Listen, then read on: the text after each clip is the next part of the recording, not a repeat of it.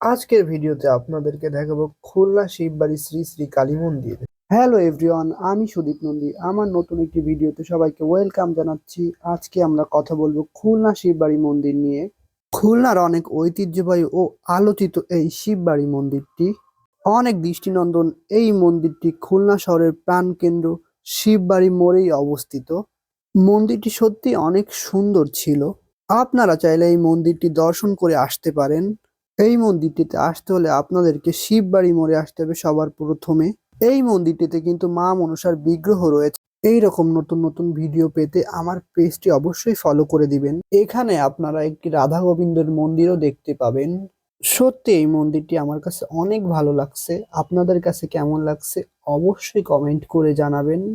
এই মন্দিরটির মা কালী কিন্তু অনেক জাগ্রত।